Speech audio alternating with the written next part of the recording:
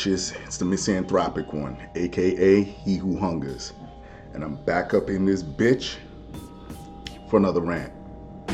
Today I want to talk about some really dumb comments made by my man Mike Shinoda from Linkin Park. Y'all know I'm a huge Linkin Park fan, but I really got to cover this. I got to be honest. But before we get into that, y'all know the deal. Please upvote my shit. Sub. Get me up there. Let's beat this YouTube algorithm and censorship by sharing my video all across the internet. We gotta spread this shit like a disease. Follow me on BitChute and Brighteon under The Misanthropic One. Follow me on Parler under Misanthropic Hungers. I gotta post more on there, I know. Let's just get into this. Mike Shinoda needs no introduction. Love his music. Rest in peace, Chester Bennington. Linkin Park will never be the same. So Mike Shinoda was interviewed maybe a week or so ago, and he was talking about, metal growing up, I guess, and the culture around it. And he said that, it was too white. The culture's too white. And let's just go into what this dude said, and we'll get into why I take umbrage with that and the hypocrisy and all of that shit. All right. So, Linkin Park vocalist and multi-instrumentalist Mike Shinoda has spent plenty of time reflecting on Linkin Park's 2000 album Hybrid Theory this year. Happy 20th anniversary, by the way. Part of that reflection came in an interview with Metal Hammer, where Shinoda said that one of the reasons he really dug the new metal scene was because rock bands prior felt too white culturally. He says, at the time, if you asked somebody what they were listening to, they'd say rock. I listen to hip hop, I listen to jazz. It wasn't until 5 years later they'd say everything. Hybrid Theory did some of that work. It was part of the progression towards breaking down boundaries between styles of music. Which is partially true, but there were bands prior to that. This is me interjecting. There were bands prior to that did that as well. Rage Against the Machine being one of them, Biohazard, 311. Anyway, I listened to 90% rap music. Then I'd look at a lot of rock bands and I'd be like, there's something too white about it. That was one of the things that turned me off, especially hair metal. Hair metal felt like very white music, and I was growing up in a very diverse city, so I didn't gravitate towards it. That didn't resonate with me. And it wasn't just about race. I don't mean the color of skin. I just mean the culture of it. When new metal started at the beginning, it was a very diverse place. There was a moment when that term new metal and what it meant was actually pretty cool. It's almost impossible to imagine. I remember when Korn first came out, and when Deftones' first couple of albums came out, and whatever you think about a group like Limp Bizkit, their first album was really raw. That's true. There were all these groups like Snot and Head PE, and it wasn't smart music, but there was something very visceral and culture blending that was important. Ratt frontman Stephen Pearcy saw the comment and chose to respond thusly.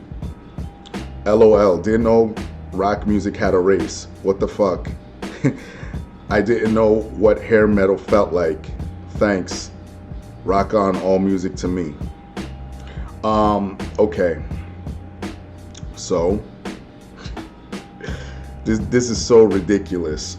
The reason why I take umbrage with that statement, those of you that are OG subscribers know I've talked about this in old videos. I grew up with all types of music. I was an MTV zombie when MTV used to be MTV, and they used to show nothing but videos and cartoons and shows that were relative to music and the generation that was coming up at the time, my generation. And to me, if the music itself resonated with me, if it spoke to me, I was in. It didn't matter if it was rock, if it was jazz, if it was scat, if it was rap. I was in. I mean, you know, I'm gravitated towards everything that was hot. You understand? I referenced Headbangers Ball was the shit back in the day. 120 Minutes, Yo MTV Raps. Those are all legendary ass shows. All right. Beavis and Butthead, all this shit. So back in the day, I used to get, and sometimes today, I usually get the ignorant comment, oh, that's white music. Oh, you're listening to white music. What the fuck does that mean? Number one, I've said this 1,000 times. When it comes down to rock, a lot of rock generated from blues music, which was pioneered by black people.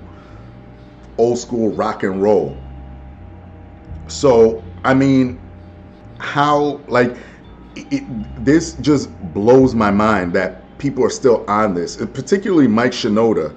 You know, for him to say that, and I'm glad that Stephen Piercy said something about it. Like, who cares? You know what I mean? Like, if the music's hot, the music's hot. You know, Bon Jovi, like Bon Jovi, I mean, you know, white band, you know, shout out to Bon Jovi from Jersey, fellow Jersey brother here.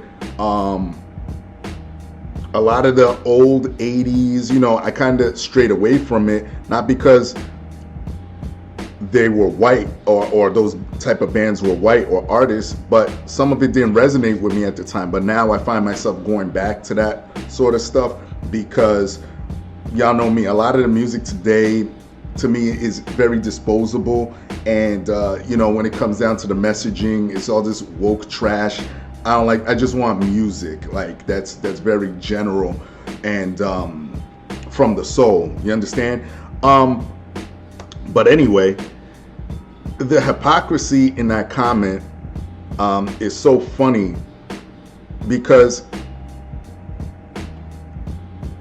you know, like, yeah, let me, before I get into the hypocrisy, yeah, maybe if you were saying a lot of the people that gravitated towards that music were white, so what? That they're not shutting anybody out.